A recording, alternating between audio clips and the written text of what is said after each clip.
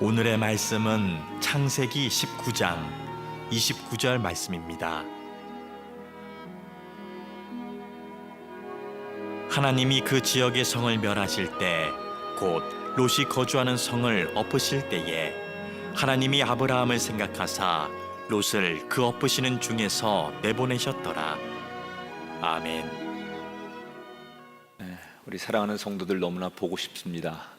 이렇게 아무도 없는 빈 자리에서 설교를 하려고 하니까 제가 처음 교회를 개척했을 때 28년 전에 하나님이 저에게 들려주셨던 음성이 생각납니다.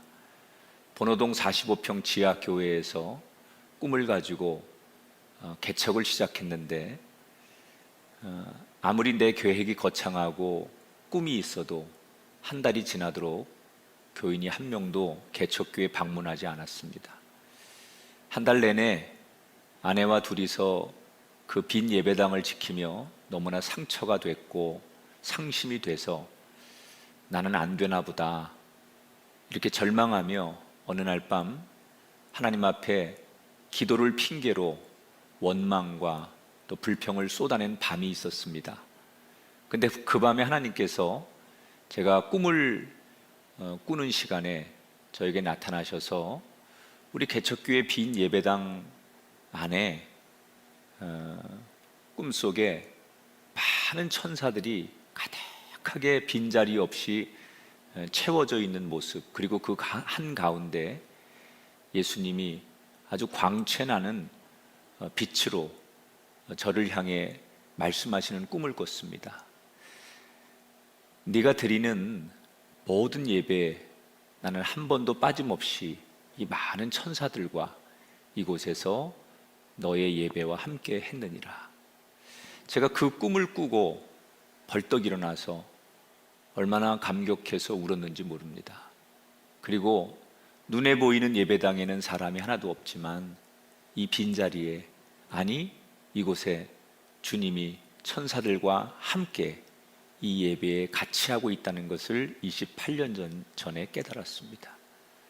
오늘 평상시면 가득 채워져야 할 이 예배당에 사람이 한 명도 없이 혼자 예배하려고 아침에 나오면서 너무나 슬프고 두렵고 또 눈물이 났습니다.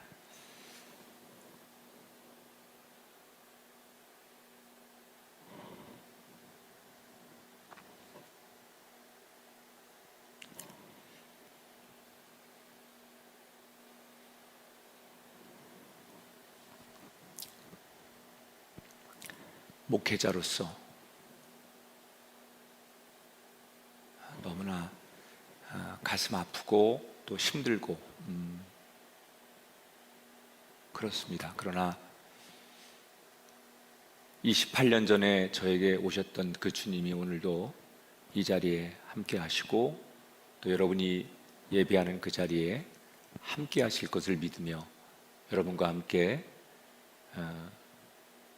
믿는 마음으로 소망의 말씀을 함께 전해지기를 원합니다. 오늘도 창세기의 강해를 계속 이어나가겠습니다. 미국의 루지애나 주에 가면 블랙 바이오라고 하는 다리가 있습니다. 평소에는 차가 지나가다가 그 밑에 호수로 배가 지나갈 때가 되면 다리가 분리되도록 만들어졌습니다. 영화에 보면 그런 다리가 많이 있지요. 어느 날 두 사람을 태운 차가 다리를 진입하고 있었는데 때마침 경고음이 울리더니 다리 입구를 막는 차단기가 내려옵니다. 그리고 다리가 올려지고 그 밑으로 배가 지나가는 거예요. 차에 탄 두 젊은 남자가 자기들끼리 이런 이야기를 하는 거예요. 야, 조금만 빨리 갔으면 지나가는 건데 한참을 기다려야 되겠네. 그리고는 두 사람이 서로를 바라보며 야, 그냥 가자. 그리고 차를 최대한 후진한 뒤에 엑셀을 밟고 전 속력으로 앞으로 달려나갑니다. 살짝 올라온 다리를 발판 삼아서 힘껏 점프를 합니다. 그런데 불행하게도 그만 다리를 건너지 못하고 영화에서 나오는 멋진 장면이 연출되지 못하고 두 사람은 호수에 빠져서 죽게 됩니다. 단 몇 분을 기다리지 못하는 조급함.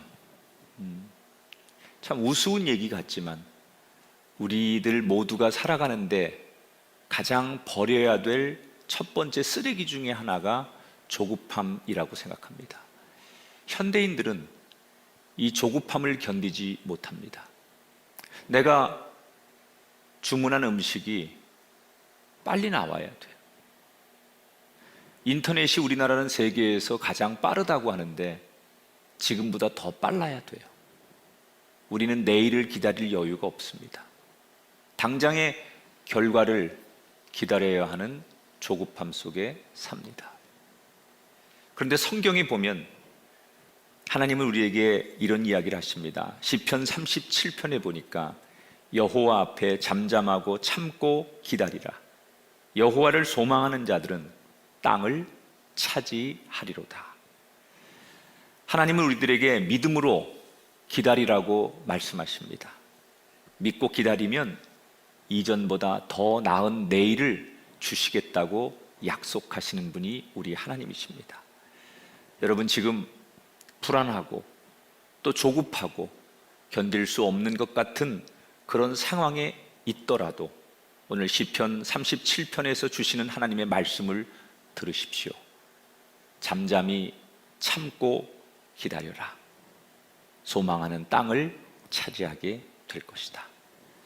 여러분에게 이 말씀의 은혜가 충만하게 임하기를 주님의 이름으로 축원합니다.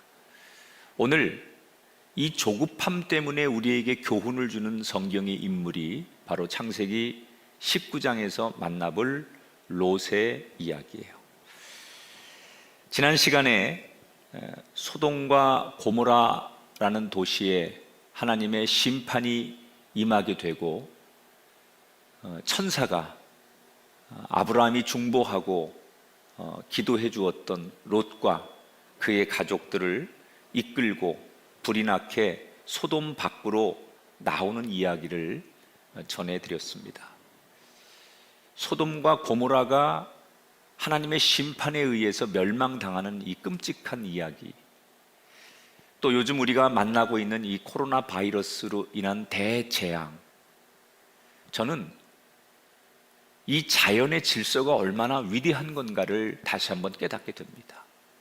질서가 깨지고 하나님이 창조한 창조의 섭리가 깨지면 얼마나 우리가 불행해질 수 있으며 얼마나 큰 재앙이 오는지를 오늘 창세기 19장에서 또는 우리가 살아가는 지금의 이 시대가 우리에게 말씀하고 있다고 생각합니다. 롯과 가족들이 정말 천사의 강제적인 그런 도움으로 아주 아슬아슬하게 건짐을 받게 되는 이야기. 가쁜 숨을 내쉬며 두 천사에게 끌려 나온 롯의 가족에게 천사가 당부하는 이야기가 있었어요. 창세기 19장 17절 우리 함께 읽어보겠습니다. 그 사람들이 이르되 도망하여 생명을 보존하라. 돌아보거나 들에 머물지 말고 산으로 도망하여 멸망함을 면하라. 자, 두 천사가 롯에게 몇 가지를 강하게 지침으로 줍니다. 첫째, 돌아보지 마라, 들판에 머무르지 마라, 그리고 산으로 도망가라. 세 가지 지침을 줬어요. 돌아보지 말라는 것은 이 소돔에 조금이라도 미련을 갖지 말라는 뜻이에요. 들판에 머물지 말라라는 얘기는 뭐 주저주저 하면서 다시 돌아갈까 이렇게 근처에 머뭇거리고 얼씬거리지 말아라 그런 얘기예요. 그리고 어디로 가라고 합니까? 산으로 가라는 거예요. 산으로. 왜 하필이면 산입니까? 산은 평지였던 소돔과는 다르게 하나님의 그 유황불로 인한 심판으로부터 안전하게 지켜질 수 있는 곳이 산이었어요. 그러면 롯과 가족은 하나님이 말씀하신 산으로 가는 것이 그들이 받을 수 있는 복입니다. 하나님이 그렇게 말씀하셨으니까 그게 롯과 가족이 살아가야 될 복이에요. 오늘 여러분의 가정에, 여러분의 인생에 하나님이 말씀하시는 산이 있습니까? 이곳으로 가라. 이곳으로 가서 엎드려라. 이곳에서 나를 바라봐라. 이곳에서 십자가를 져라. 이렇게 여러분에게 주시는 하나님의 말씀, 그것이 여러분을 향하여 여러분을 보호하고 축복하려고 하는 믿음의 산을 하나님이 지정해 주신다면 그곳을 향하여 갈 수 있는 믿음의 결단과 순종이 우리들에게 있게 되기를 주의 이름으로 축원합니다. 산으로 가라라고 분명히 하나님은 천사를 통해 말씀하셨는데 롯이 뭐라고 말하는지 보세요. 18절 19절에 보니까 내 주여 산에까지 갈 수 없나이다. 천사들의 말을 거부한 게 아니에요. 하나님의 말씀을 거부한 거예요. 힘들어서 아니 저 멀리까지는 갈 수 없습니다. 그 말은 힘들기만 해서가 아니라 이 소돔에 미련이 남아있다는 얘기예요. 20절을 같이 읽어보겠습니다. 롯의 본심이 드러나죠. 같이 읽습니다. 보소서 저 성읍은 도망하기에 가깝고 작기도 하오니 나를 그곳으로 도망하게 하소서. 롯은 산으로 가라고 하는 하나님의 명령 대신 자기 생각에 자기 눈에 보이는 벨라라고 하는 가까운 도시를 가리키면서 내가 전리 갈 수 있도록 저 도시로 갈 수 있도록 허락해 주세요 라고 말합니다. 왜 롯은 벨라라는 도시를 선택했을까요? 첫 번째 이유는 그것이 지형적으로 소돔과 가까웠기 때문입니다. 롯은 소돔을 떠나고 싶지 않았어요. 소돔에서 사는 게 세상적으로 너무 좋았어요. 소돔에서 사람들에게 자기가 성공한 모습을 그동안 보여주고 살았고 자기가 계획한 것을 이루고 살았기 때문에 그는 한 번도 소돔을 떠나고 싶은 생각이 없었어요. 그래서 눈에 보이는 벨라라고 하는 옆 도시로 잠깐 피신했다가 하나님의 심판이 끝나면 이 소돔으로 다시 돌아오고 싶었던 그의 속생각이 있었던 거예요. 두 번째 이유가 바로 그 벨라는 산과 달리 문명이 있는 도시였기 때문입니다. 여러분, 사람이 도시에서 살다가 어느 날 원치 않는 시골, 문명이 없는 곳에 가 살면 견딜 수가 없습니다. 그래서 내가 살고 있는 소돔하고 비슷한 환경의 도시면 더 좋겠다라고 해서 롯은 벨라라고 하는 곳에 갈 수 있도록 해주십시오. 우리말로 말하면 하나님 앞에 어린아이가 징징거리듯이 차라리 저기를 갈 수 있게 해주세요 라고 말합니다. 19장 22절에 보니까 내가 말하는 그 벨라라는 그 도시, 그래 네가 그렇게 가고 싶어하는 그곳을 내가 멸하지 아니할 것이다. 하나님이 약속하세요. 그리고 그 벨라라고 하는 도시만 가도 너희들이 멸망당하지 않겠다는 약속을 가지고 가다가 그 과정에 무슨 일이 생겨요? 우리가 잘 아는 그의 아내가 미련이 남아 소돔을 뒤돌아보다가 소금 기둥이 되는 이야기가 나오는 거예요. 자, 아내는 중간에 잃어버리게 되었고 이제 두 딸과 벨라에 도착을 합니다. 그런데 너무 놀라는 거예요. 왜? 와서 보니까 이 벨라가 자기들이 살고 있는 소돔이라고 하는 도시보다는 너무나 조그맣고 사람들도 촌스럽고 그리고 주민들의 숫자도 작은 거예요. 마치 여러분 타워 팰리스에 살다가 하루아침에 단칸방에 가서 온 가족들이 옹기종기 사는 것처럼 그들은 낙담합니다. 그래서 원래는 그 도시가 벨라라고 하는 이름을 가진 도시인데 너무나 자기들의 기대와는 달리 조그맣고 형편없다라고 해서 그들이 이름을 바꿔 부르죠. 그래서 소알이라고 부르게 되는 거예요. 원래 벨라라는 그 도시 지명을 자기들 나름대로 이 조그맣고 촌스러운 도시, 그래서 소알이라고 이름을 붙이게 되는 거예요. 그런데 그게 끝이 아니었습니다. 잠시 후에 엄청난 일이 일어납니다. 자기들 보는 눈앞에서 하늘에서 유황과 불이 내리고 땅이 갈라지기 시작합니다. 소돔 지역이 불에 타고 사람들이 땅에 깔리고 성들이 와르르 무너집니다. 물론 지금 두 딸과 피신에 가 있는 이 소알에도 불이 쏟아지고 지진이 일어납니다. 그리고 성들이 다 무너집니다. 그런데 신기한 것은 소돔과 고모라에는 다 모두가 생명을 잃고 살지 못하는데, 똑같이 유황불이 떨어지고 지진이 일어나지만 이 롯과 두 딸이 가 있는 그 소알 지역은, 그 도시는 사람들이 죽지 않았다. 그게 성경이 기록하고 있어요. 여러분, 내가 보는 앞에서 건물이 와르르 무너졌거나 다리가 무너졌거나 그래서 사람들이 비참하게 죽어가는 모습을 만약에 봤다고 생각해 보세요. 전쟁터에서 전쟁을 하다가 동료들이 죽어가는 모습, 이런 모습을 보게 되면 전쟁이 끝난 뒤에, 그 사고가 끝난 뒤에 그 사람들은 평생 그 후유증으로 살아가요. 트라우마. 그때 그 잔인한 고통이 평생 자기를 떠나지 않아서 괴로워 정상적인 삶을 살지 못하는 정신적 장애를 갖는 게 트라우마입니다. 롯과 두 딸은 생생하게 자기들이 보는 앞에서 하나님의 심판으로 유황불이 떨어지고 지진이 일어나고 모든 사람들이 건물 더미에 깔려 죽는 모습을 보면서 너무나 큰 충격을 받습니다.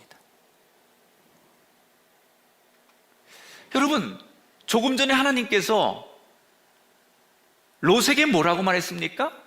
산으로 가라고 그랬어요.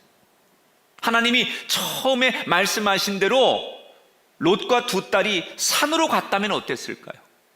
자기들 눈앞에서 펼쳐지는 그 잔인한 모습을 보지 않았을 거예요. 그래서 그 트라우마, 평생 정신적으로 고통당하는 두려운 일이 없었을 거예요.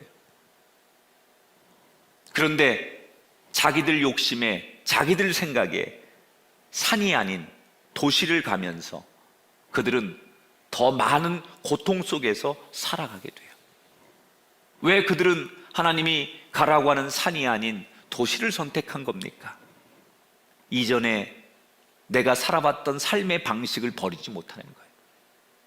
그 소돔에서 내가 누렸던 세상적인 자랑거리들, 부와 명예와 감투와 스펙, 내가 만든 내 인생의 명품과 장식품들, 이걸 너무나 소중하게 생각했고 이걸 붙잡다가 더 중요한 하나님이 주실 미래를 잃어버리게 되는 거예요.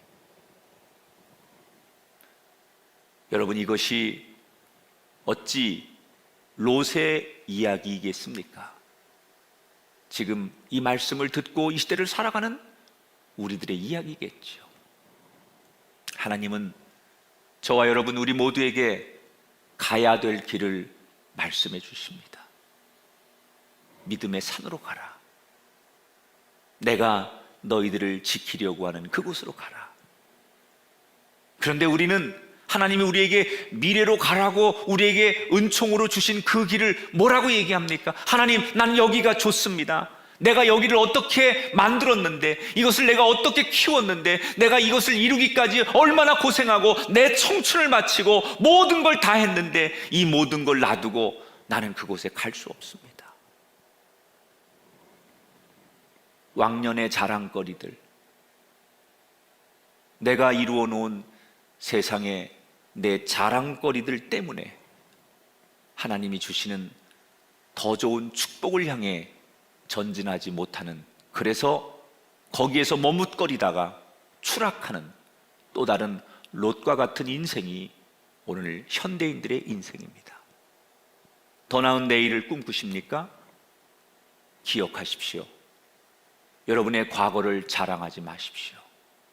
여러분이 지금 붙들고 있는 것을 과감하게 내려놓으십시오. 양다리 걸치는 것이 아니라 하나님 말씀 앞에 내 모습 이대로 그냥 나를 온전히 드리는 사람이 되십시오. 여러분, 아마도 저는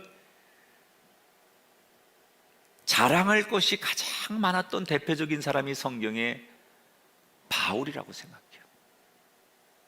바울은 정말 목회자인 제가 봐도 자랑할 게 참 많았던 사람이에요. 그런데 예수님께서 말씀하시는 정말 믿음의 산으로 가라고 그에게 사명을 주시고 그에게 갈 길을 주셨을 때 사도 바울이 모든 자신의 자랑거리를 배설물처럼 여기고, 그리고 주님이 말씀하시는 그 길로 모험을 해요. 여러분, 그가 아무리 믿음이 있었어도 이렇게 살아가는 게 맞을까? 불안했을 겁니다. 두려웠을 겁니다. 그런데 어떻게 됩니까? 하나님께서 인도하셨던 그 길은 자기가 생각했던 것보다 훨씬 위대하고 자기를 행복하게 하고 영광스러운 길로 그를 인도해 주셨어요. 여러분, 분명한 것은 하나님은 저와 여러분을 위해 더 좋은 길을 예비하고 계십니다. 그리고 오늘 우리들에게 그 길을 가라고 말씀하십니다. 그때 여러분, 오늘 성경의 롯처럼 머뭇거리시겠습니까? 뒤돌아보시겠습니까? 아닙니다. 말씀대로 가십시오. 그때 하나님이 여러분에게 약속하신 내일의 축복, 하나님의 약속의 축복이 반드시 여러분 앞에 펼쳐지게 될 줄 믿습니다. 자, 문제는 목숨은 건졌지만 이 롯과 두 딸이, 특히 젊은 두 딸은 정신적인 충격, 요즘 같으면 병원에 가서 정신과 의사한테 치료도 받지만 그 당시에 엄청난 충격을 받았는데 치료를 받지 못하고 그들은 정상적인 삶을 살지 못하는 거예요. 가장 큰 병이 뭐냐면 두려운 거예요. 하나님의 심판이 끝난 뒤에도 그들은 두려워서 정상적인 삶을 못 사는 거예요. 자기들이 살고 있는 이 소알 땅에 하나님이 자기들을 지켜주셔서 생명을 건졌는데 무슨 생각이 드냐? 여기도 우리가 얼마 전에 본 저 소돔과 고모라처럼 하나님이 다시 심판이 임해서 여기도 나도 이렇게 죽는 건 아닐까? 그런 두려움, 내가 얼마 전에 본 그대로 다시 나에게 그런 일이 또 일어날지 모른다라고 하는 그 절망과 두려움 때문에 그들은 음식을 먹거나 잠을 자거나 삶에서 행복을 느낄 수가 없었어요. 이 롯의 두 딸이 가졌던 두려움은 어떤 걸까요? 여러분, 내 생각에, 내 기분에, 내 느낌에, 이게 두려움이에요.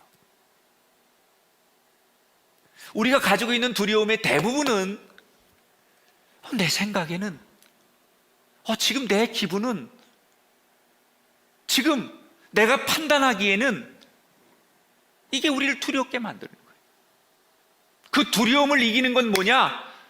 하나님 말씀, 하나님께서 하신 말씀, 그 말씀을 기억하는 거예요.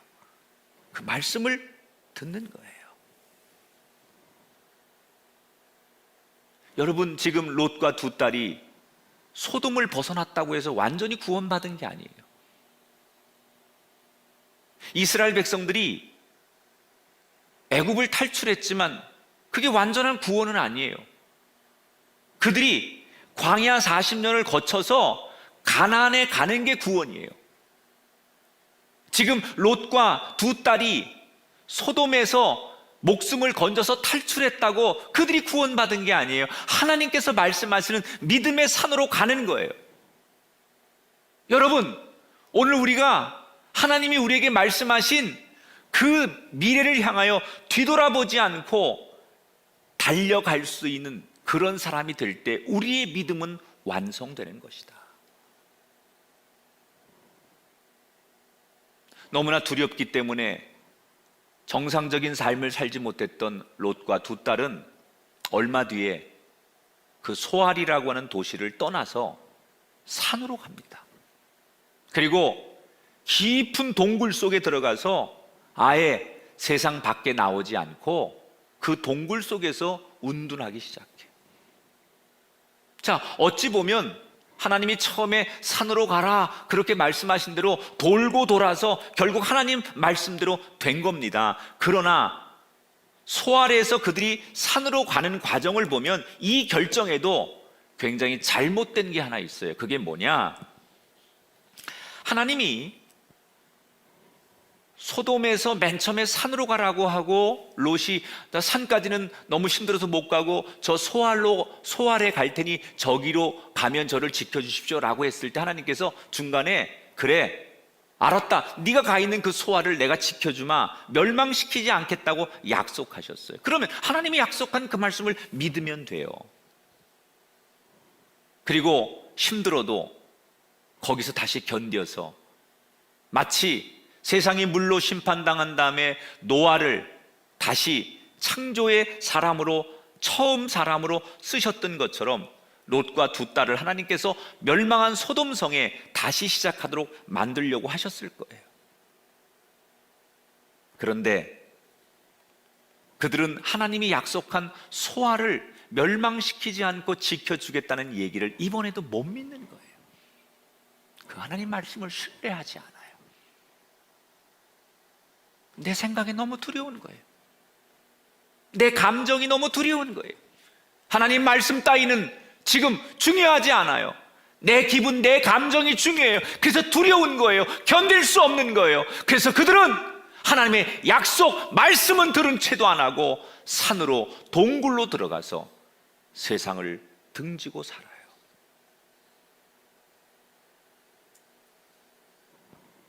여러분, 동굴 속에 들어가 살면 편안하겠습니까? 그것은 평안이 있고 그것은 두려움이 없겠습니까? 그렇게 피신하고 도망가 산 깊이 동굴 속에 들어가 사는 두 딸은 눈 뜨면 울고 눈 감아도 눈물이 흐르고 세상 말로 너무 허무해서 젊은 나이에 자기들이 결혼하려고 만났던 약혼자들도 다 죽고 이제는 세상 등지고 아무도 없는 이 동굴에 들어와서 청춘을 늙은 아버지하고 살아간다는데 무슨 소망과 기쁨이 있겠어요? 좌절과 절망, 슬픔과 두려움 밖에는 그 동굴 속에 남은 게 없었어요. 이때 두 딸이 주고받는 대화가 성경에 등장하는데 뭐라고 얘기하느냐?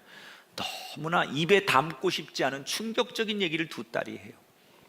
야, 우리가 이 동굴에서 이 산속에서 무슨 낙으로 사느냐? 다시 도시로 돌아갈 수도 없으니 우리가 그래도 우리 집에 대를 이을 수 있는 자식이라도 낳아야 될 텐데 남자라고는 아버지밖에 없으니 아버지를 범해서 우리 자녀를 갖자. 여러분, 너무 어처구니 없는 말을 서슴없이 해요. 그리고 그 계획을 실행에 옮겨요. 어떻게 이룰 수 있을까?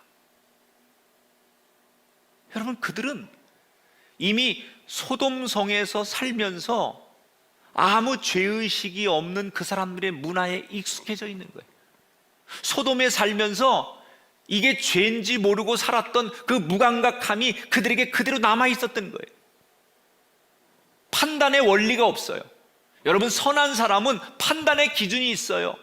양심이든 하나님의 말씀이든 우리가 어떤 것을 결정할 때 기준이 있기 때문에 어떤 것을 판단할 때 그 기준에 의해서 판단하지만 지금 이 두 딸은 기준이 없는 거예요.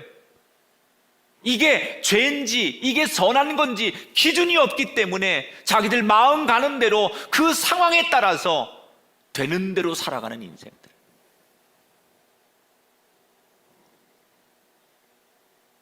대를 이어야 되겠다라고 말하는 이 의무감은 일종의 핑계고 또 다른 음란과 폐륜과 방종, 그냥 소돔성에서 이전에 살던 습관대로 여전히 이 산속에서도 지금도 그 습관이 몸에 배어서 엄청난 죄를 짓는 거예요.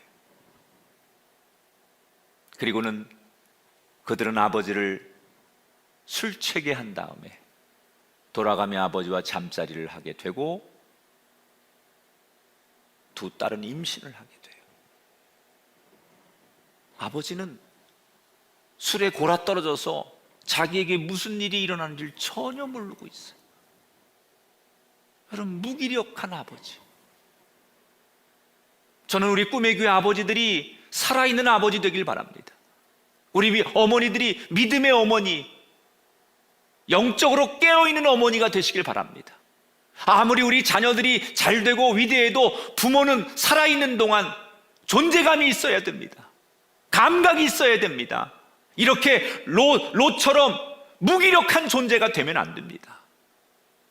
기도 한마디를 해도, 여러분 육신적으로 늙어도 여러분이 드리는 기도, 여러분이 보고 있는 성경, 여러분이 부르는 찬송 속에 힘과 영역과 능력이 나타나는 그런 존재가 되셔야 돼요. 저는 이 성경을 읽으면서 참 씁쓸한 생각을 해봤어요. 얼마 전에 롯은 딸들의 동의 없이 소돔 사람들에게 성적인 도구로 딸들을 내주려고 했어요. 그런데 이번에는 이 두 딸이 아버지의 동의 없이 성적인 목적으로 아버지를 이용하게 돼요. 나중에 이 사실을 알게 된 롯은 대성통곡하지만 무기력한 아버지는 아무것도 할 수 없었던 거예요. 10달 뒤에 두 딸을 통해 각각 아들들이 태어나요. 첫째 딸의 아이는 이름을 모압이라고 졌어요. 이 모압이라는 뜻은 아버지로부터라는 뜻이에요. 그래서 여러분, 이제 구약 성경에 계속 등장할 이스라엘과 계속해서 원수와 갈등을 맺게 되는 모압 족속이 여기에서 나오기 시작하는 거예요. 둘째 딸이 아들을 낳았어요. 내 근친의 아들이라는 뜻의 베남미라고 이름을 불렀어요. 이게 누구냐? 여기서부터 암몬 족속이 나오는 거예요. 그래서 성경에, 여러분, 구약 성경에 이스라엘을 괴롭히고 사사건건 갈등하고 그들에게 고통을 주었던 모압 족속, 암몬 족속이 바로 그 시작이 하나님 말씀 앞에 불순종하며 타락한 롯과 그 두 딸을 통해서 역사 속의 시작이 된다는 거예요.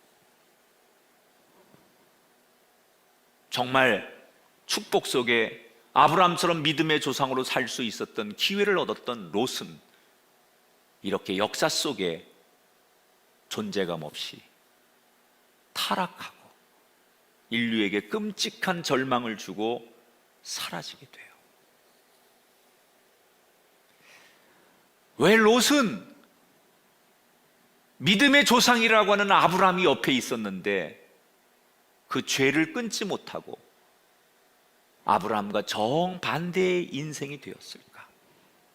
그에게 몇 번의 기회가 있었고 그가 얼마든지 아브라함처럼 믿음으로 축복의 사람이 될 수 있는 찬스가 많았었는데 어쩌다가 그는 죄에게 무참히 무너지는 인생이 되었을까?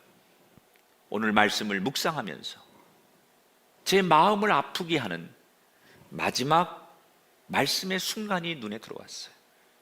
자, 27절, 28절을 다 같이 한번 읽어보겠습니다. 아브라함이 그 아침에 일찍 일어나 소돔과 고모라와 그 온 지역을 향하여 눈을 들어 연기가 옹기 가마의 연기같이 치솟음을 보았더라. 불타는 소돔을 보면서 아브라함이 발을 동동 구릅니다. 롯이 살았는지 죽었는지 걱정이 되는 거죠. 그만큼 아브라함은 끝까지 자식 같은 조카 롯을 너무나 아꼈어요. 물론 롯도 그것을 알고 있었어요.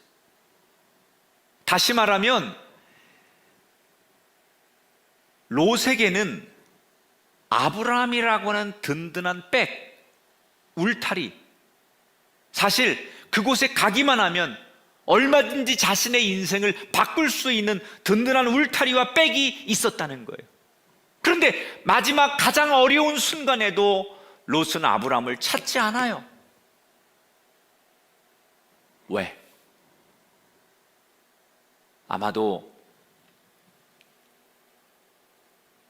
그 삼촌에게 미안함, 죄송스러움, 뭐 이런 것도 있겠지만 그건 제가 볼 때 얼마 아닌 것 같고, 롯의 본심은 뭐냐? 왜 돌아가지 못하느냐? 알량한 자존심? 내가 돌이킬 수 없는 죄를 짓고 자존심이 상하는 거예요. 만약에 그 자존심이 뭐가 중요해요?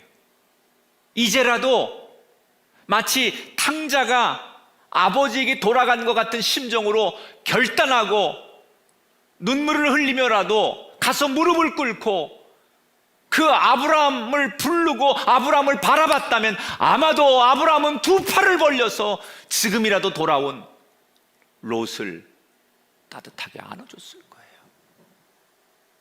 그리고 다시 그가 일어날 수 있도록 그에게 모든 삶을 나누어 줬을 거예요. 그러나 롯은 자기의 창피하고 부끄러운 모습을 보여주고 싶지 않았어요. 이런 실패한 내 모습을 보이는 게 자존심이 상했어요. 그 알량한 인간이 가지고 있는 감정의 자존심 때문에 하나님이 주시는 미래를 자기 것으로 만들지 못하고 그냥 역사 속에 하나의 먼지처럼 사라지는 인생이 되었어요. 오늘 이 자리에 지금 예배하는 여러분 가운데 더 나은 미래를 살고 싶은 분이 계십니까? 그분들에게 제가 간곡히 외칩니다. 아무리 창피하고 부끄럽고 자존심 상하더라도 하나님께 돌아가십시오. 이제 어떻게 하나님 앞에 내가 자존심 상하게 돌아갈 수 있어? 라고 말하지 마십시오. 인간이 잘나면 얼마나 잘나요? 하나님 앞에. 여러분, 어떤 그 물리화학 교수가 인간을 현대인들이 쓰고 있는 돈의 가치로 계산을 해봤대요. 몸무게 63kg인 사람을 계산해 보니까 화폐 가치로 2만 원밖에 안 된다는 거예요. 겨우 인간의 몸뚱아리가 비누 7개를 만들고 물병 20개 만들 수 있는 것밖에 안 되더라는 거예요. 그게 인간이에요. 그런 인간이 어떻게 만물의 영장이 되고 고귀한 존재가 될 수 있습니까? 그 길은 우리를 창조하시고 돌아보시는 하나님의 사랑이 있기 때문입니다. 우리가 살 길은 하나님 앞에 돌아가는 겁니다. 창피하고 부끄럽고 자존심 상하고 얼굴 들 수 없어도 탕자가 아버지께 왔던 것처럼 우리 모두 하나님 앞에 돌아가는 거예요. 지금 우리 민족이 이 땅에 하나님의 창조물들이 해야 할 일은 고개를 떨구고라도 하나님 앞에 돌아가는 거예요. 왜 롯은 아브라함에게 가야 됩니까? 아브라함에게는 하나님 말씀이 있었어요. 그러나 롯이 살고 있는 곳에는 그곳이 도시고 화려하고 아무리 동굴 속 깊은 곳일지라도 하나님의 말씀이 없었어요. 아브라함에게 가야 되는 이유는 거기에는 하나님의 말씀이 있었기 때문에. 여러분, 우리가 돌아가야 할 곳은 하나님 말씀이 있는 곳입니다. 세상에 아무리 기가 막힌 뉴스와 기가 막힌 쇼와 기가 막힌 멋든 것을 여러분에게 보여줄지라도 말씀이 없는 곳에는 미래가 없습니다. 교회로, 하나님 말씀이 선포되는 제단으로 우리는 돌아와야 합니다. 공기가 없으면 살 수 없듯이 말씀이 없으면 살 수 없는 존재, 그게 하나님의 창조물들이에요. 사랑하는 보고 싶은 우리 성도 여러분, 하나님 앞에 꺼내지 못한 창피한 모습이 있습니까? 용기를 내셔서 하나님을 부르십시오. 그리고 그 하나님께 한 걸음을 내디뎌 보십시오. 그분은 두 팔을 벌리며 환한 미소를 띄우며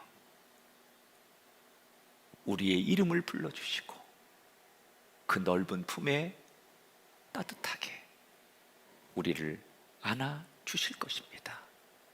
그 은총이, 그 축복이 오늘 비록 너무 나오고 싶은 성전에서 예배는 드리지 못하지만 여러분이 지금 미디어로 드리고 있는 그 자리에, 그 가정에, 여러분의 인생 가운데, 아니 우리의 조국이 대한민국 위에 하나님이 창조하신 이 열방의 땅 가운데 넘치게 되기를 축복합니다.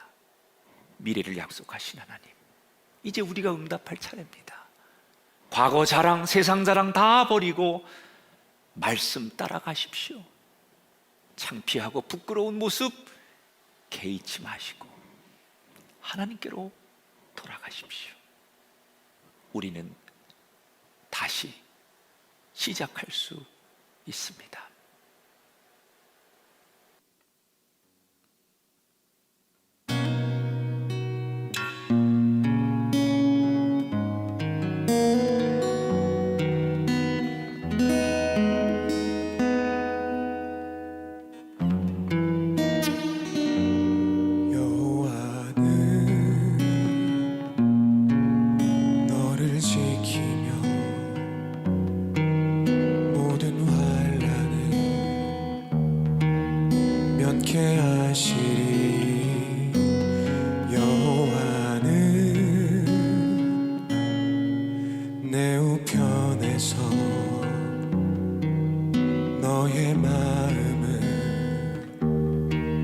지키시리라.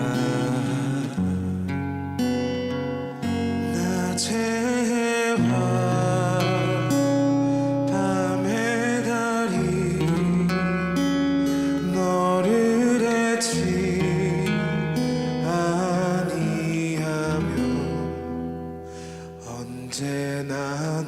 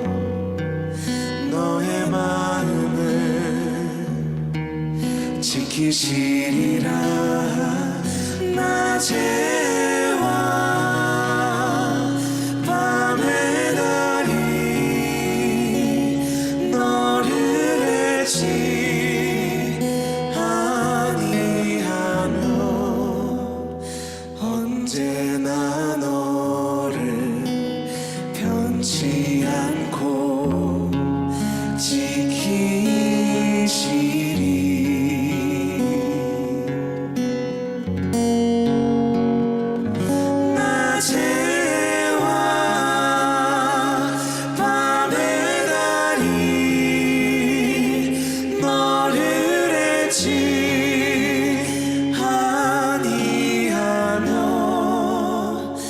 언제나 너를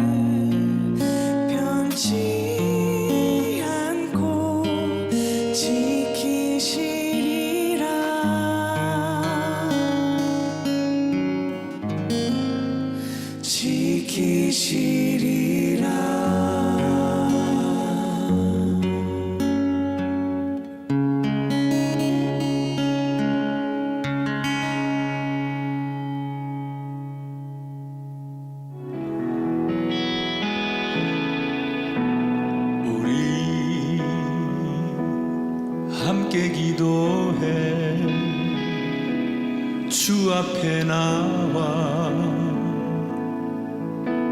무릎 꿇고 긍휼 베푸시는 주 하늘을 향해 두 손 들고 하늘 문이 열리고 은혜의 빗줄기 이 땅 가득 내리도록 마침내 주 오셔서 의의 빗줄기 우리 위에 부으시도록 우리 함께 기도해 우리 함께 기도해 주 앞에 나와 무릎 꿇고 긍휼 베푸시는 주 하늘을 향해 두 손 들고 하늘 문이 열리고 은혜의 빗줄기 이 땅 가득 내리도록 마침내 주 오셔서 의의 빗줄기 우리 위에 부으시 하늘 문이 열리고 하늘 문이 열리고 은혜의 빗줄기 이 땅 가득 내리도록 마침내 주 오셔서 의의 빗줄기 우리 위에 한 번 더 고백하십시다. 하나님 하늘 문 열어주시옵소서. 하늘 문이 열리고 은혜의 빗줄기 이 땅 가득 내리도록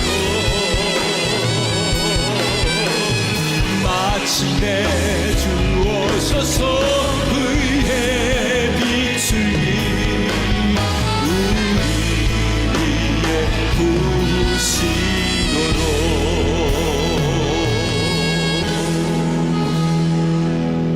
부으시도록 우리가 비록 한 사람 한 사람으로 각자의 자리에 있지만 거룩하신 성령께서 우리를 성령의 띠로 묶으셔서 비록 떨어져 있는 우리를 공동체 이루게 하셔서 이 시간도 각자의 자리에서 하나님 앞에 거룩한 예배를 드리게 하신 것을 감사합니다.